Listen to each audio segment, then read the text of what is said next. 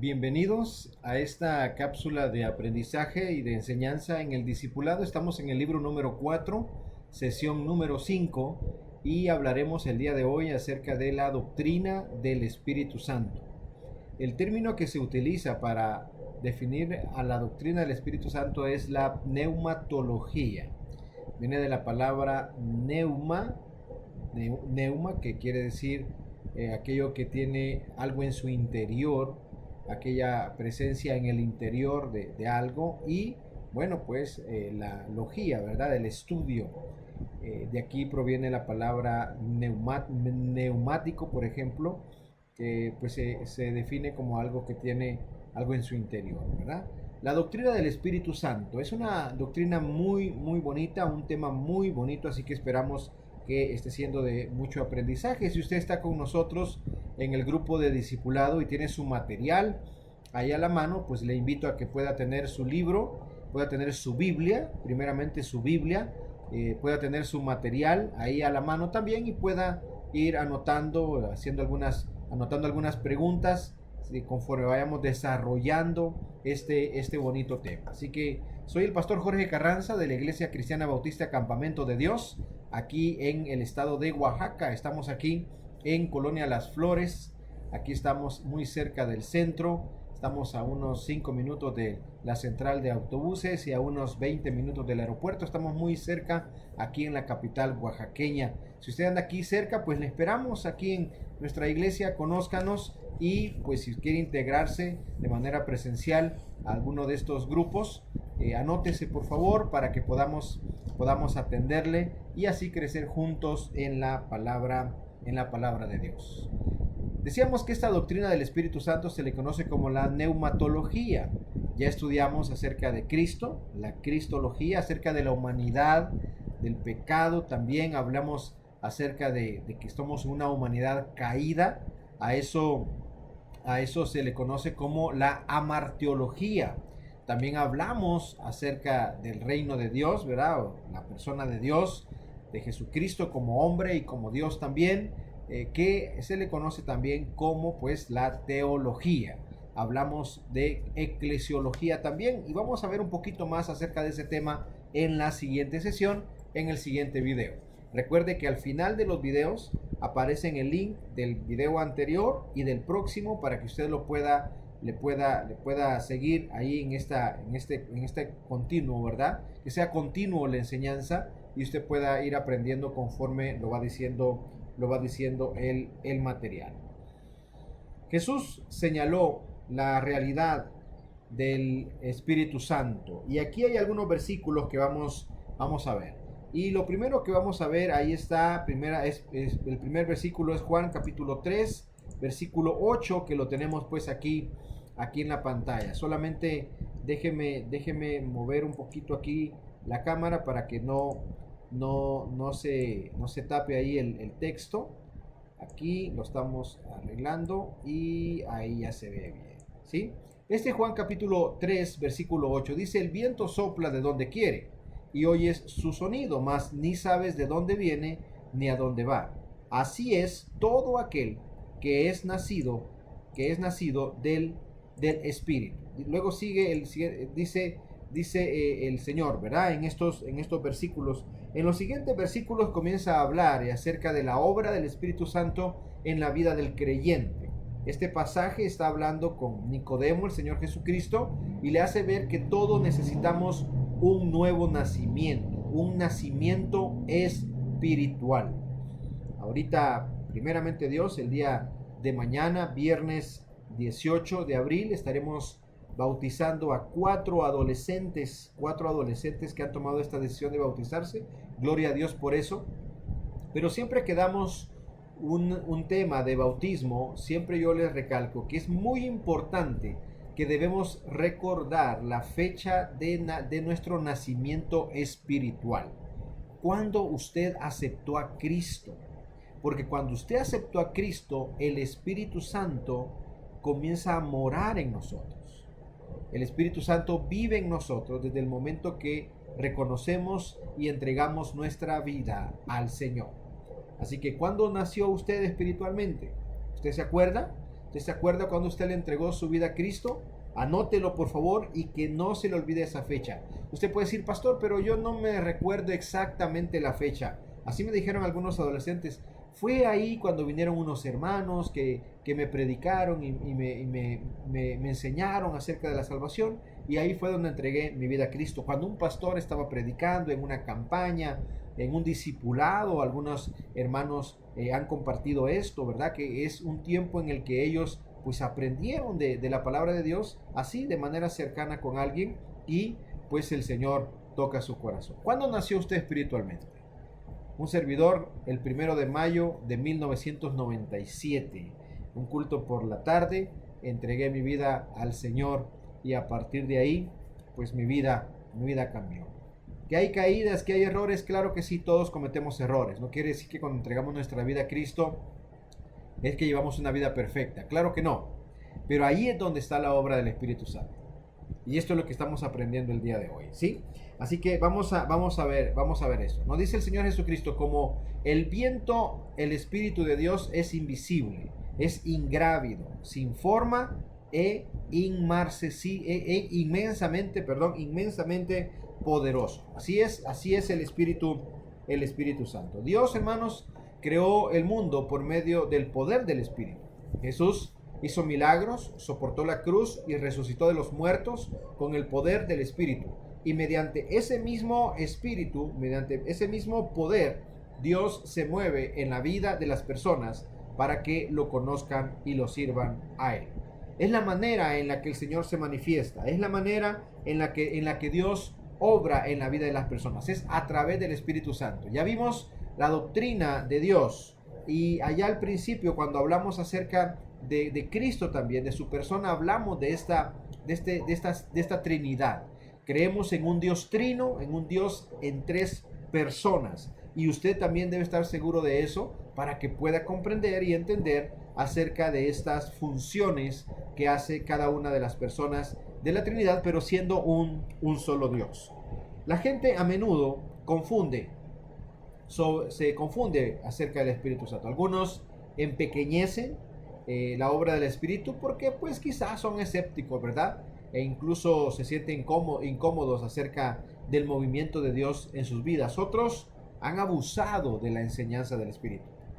Lo hacen un punto principal de sus ministerios y culpan al Espíritu por toda clase de conducta extraña. También están los que se mantienen completamente alejados de este tema debido pues a desacuerdos teológicos. Y esto es la realidad en muchos grupos religiosos. Ahora, debemos comprender que lo que la Biblia enseña es a lo que nosotros nos debemos regir. Y la palabra de Dios enseña acerca del Espíritu Santo. Y por esa razón, pues estamos aquí estudiando, ¿verdad? Este bonito tema. Lo que hoy necesitamos no es menos del Espíritu de Dios, sino más. No tenemos que tenerle miedo al poder del Espíritu en nuestras vidas. Por el contrario, necesitamos depender más de su poder y de su apoyo mientras buscamos seguir a Dios. Vamos a ver un texto para que podamos ir comprendiendo la obra del Espíritu Santo en la vida del creyente.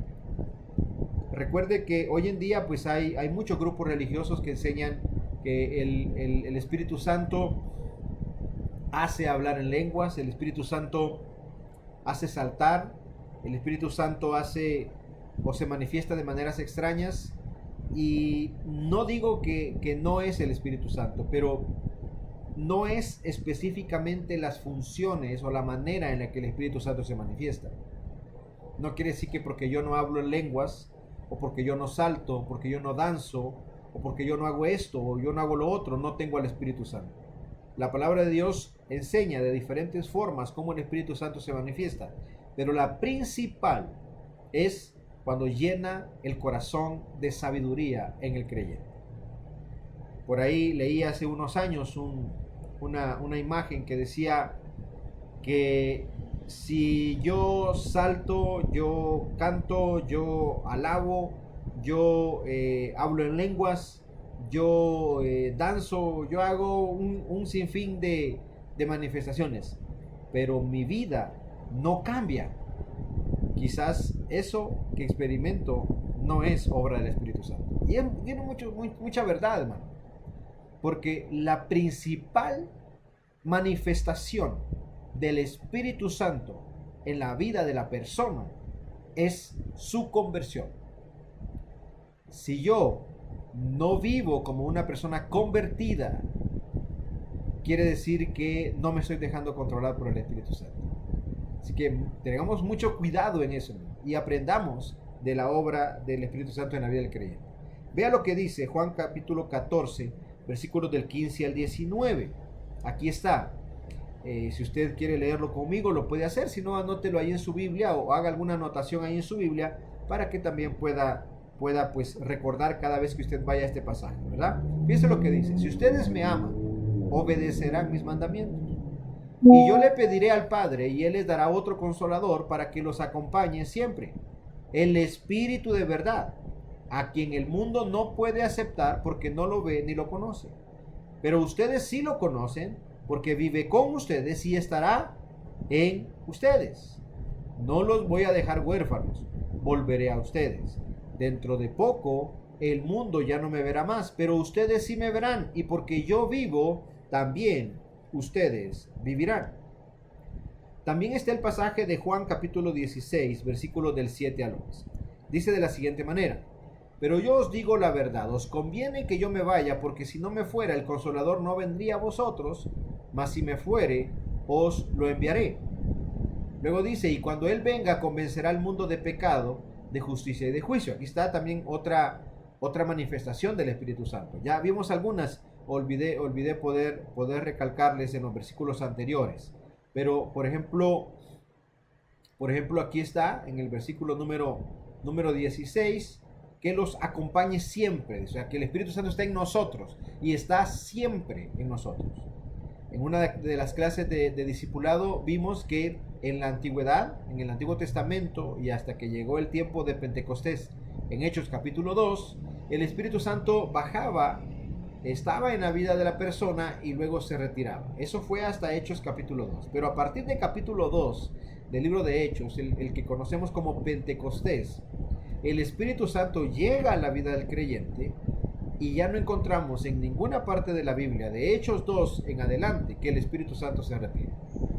Entonces podemos comprender que el Espíritu Santo, cuando llega a la vida del creyente, está siempre con nosotros. Aquí dice que los acompañe siempre. Luego dice en el versículo número 7, aquí estamos, ¿no? Dice que, pero yo os digo la verdad, os conviene que yo me vaya, porque si no me fuera, el Consolador no vendría a vosotros, mas si me fuere, os lo enviaré. Y cuando Él venga, convencerá al mundo de pecado, de justicia y de juicio. Entonces, el Espíritu Santo, una de las manifestaciones del Espíritu Santo en la vida del creyente, es que me convence de pecado. Me convence que no estoy haciendo las cosas como a Dios le agrada. Me convence de que mi vida está llevando un rumbo desviado de lo que Dios quiere que nosotros cumplamos. Entonces, esta es otra manifestación del Espíritu Santo. De justicia, dice. Recordemos, hermanos, que todos vamos a comparecer delante de Dios y el Señor tiene siempre pues misericordia, ¿no? Y gracia delante de aquel que se arrepiente, pero del que no, delante de Dios será para juicio y pues no habrá momento de arrepentimiento. Será de justicia, dice la obra del Espíritu Santo en la vida de la persona. Entonces necesitamos comprender que hay consecuencias que se pagan por una vida lejos de los caminos del Señor. Dice el siguiente versículo: de pecado por cuanto no creen en mí. Luego dice: de justicia por cuanto voy al Padre y no me veréis jamás. Y de juicio por cuanto el príncipe de este mundo ha sido ya juzgado. Dios, hermanos, quiere estar con nosotros y Él está con nosotros a través del Espíritu Santo, porque Dios es el Espíritu Santo también. Él quiere caminar con cada uno de nosotros diariamente. Nunca nos deja solo. ¿Cómo es eso? Gracias al Espíritu Santo. O sea, por medio, hermanos, del Espíritu, Dios ha provisto todo lo que necesita para conocerlo a Él, para seguirlo, para servirle, para amarlo y para disfrutarlo siempre.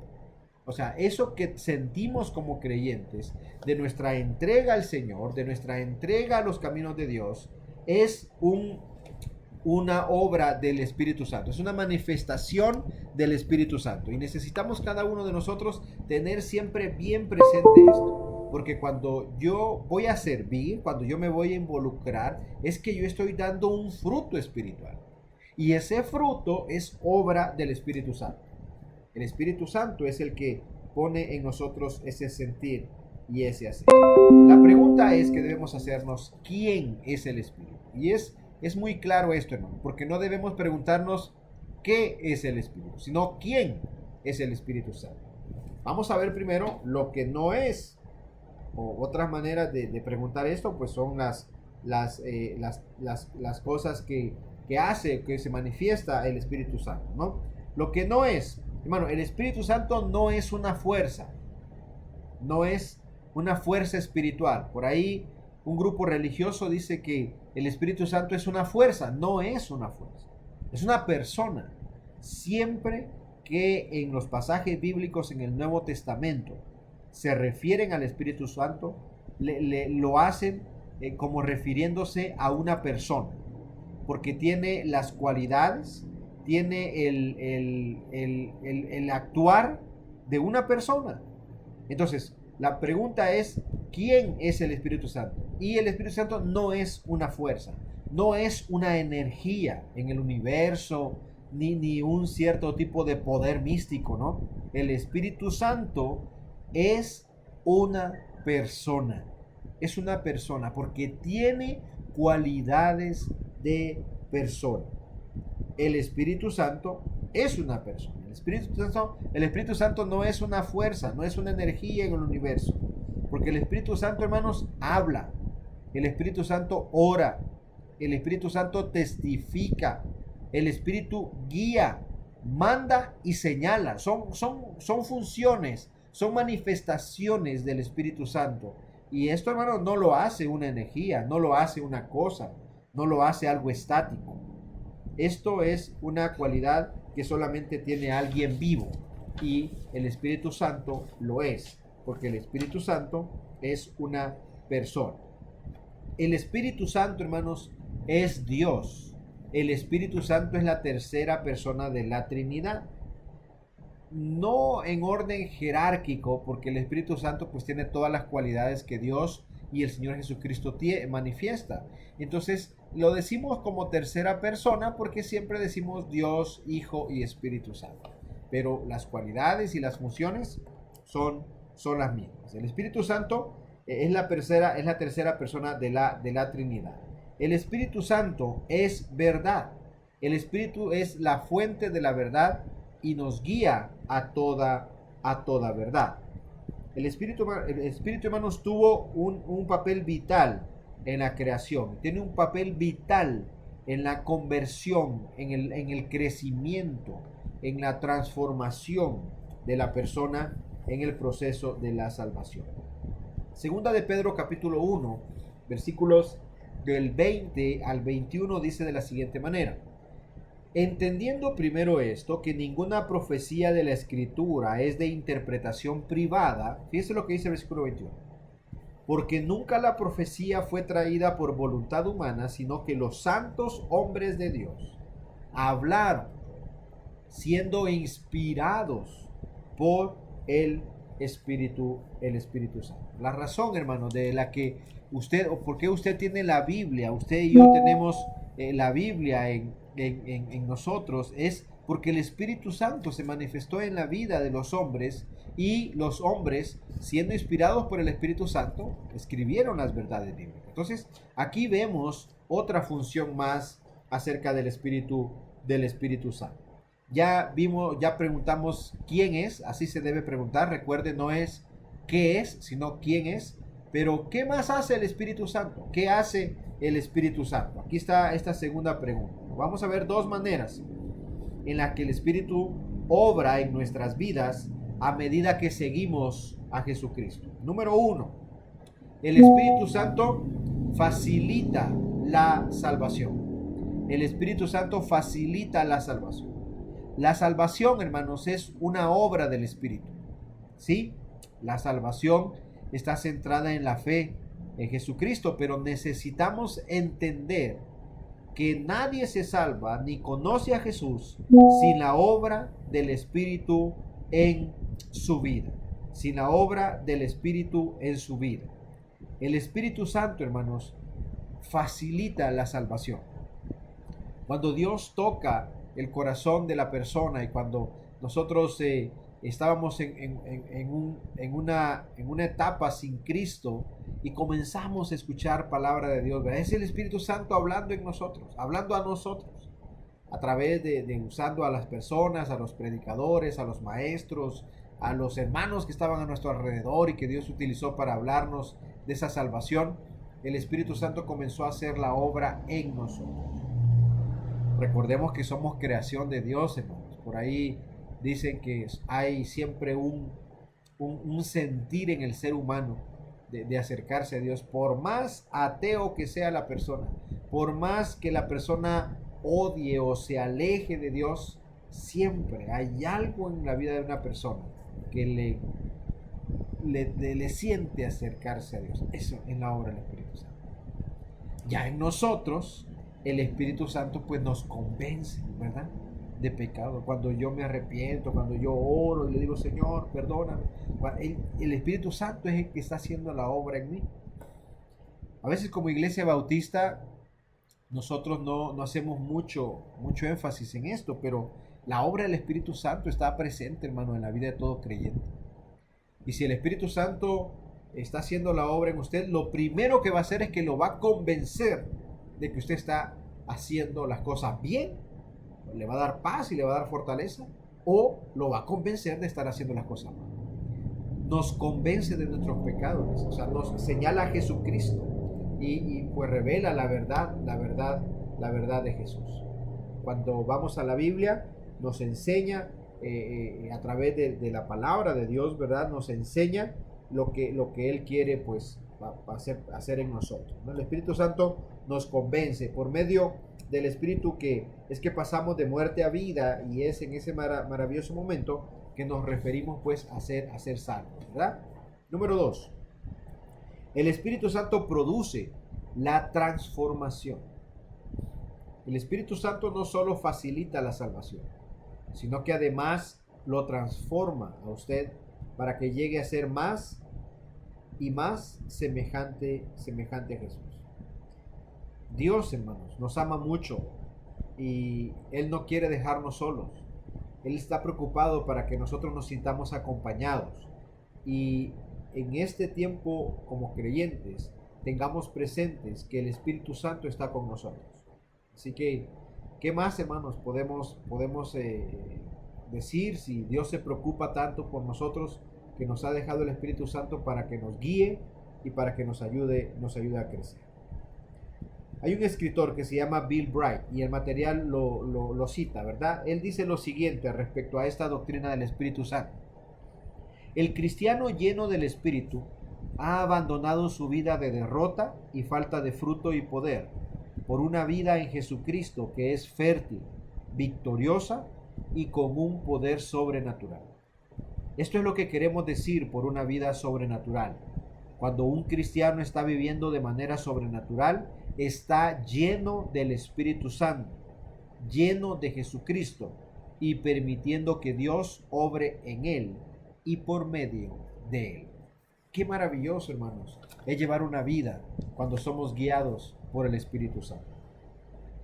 Hay que comprometernos, y al comprometernos, hermanos, nosotros tenemos la oportunidad de experimentar la guía de Dios a través de su Espíritu y parecernos más a nuestro Señor Jesucristo. No estamos solos. No es imposible, para algunos así lo pueden decir, pero no lo es, hermano. Dios nos acompaña y Él desea que usted y yo crezcamos, que usted y yo estemos en un proceso y vivamos un proceso de aprender cada día más acerca de Él. Y para eso Él ha dejado de su Espíritu en nosotros. La neumatología. Es bastante bonito este tema y bastante amplio. Así que si Dios, hermanos, ha hablado a su vida a través de este tema, permita que el Espíritu Santo haga la obra en su vida, que usted pueda crecer, que usted pueda experimentar ese proceso de ser cristiano, de vivir una vida plena a través del Espíritu Santo. Déjese guiar por el Espíritu Santo. El Espíritu Santo siempre desea pues lo mejor para la vida de todos. Que el Señor les bendiga, hermanos. Si quiere dar continuidad a los estudios que viene a continuación, le puede dar clic en el link que aparece por acá, o si quiere darle en el anterior para que usted pueda repasar la sesión número 4, que será de mucha bendición también, y ahí están los otros videos anteriores, a excepción de la número 1 que la vimos de manera presencial. Primeramente Dios, más adelante lo podemos subir. Que el Señor les bendiga, hermanos. Nos escuchamos y nos vemos, primeramente Dios, en la siguiente reunión. Que el Señor les bendiga, hermanos.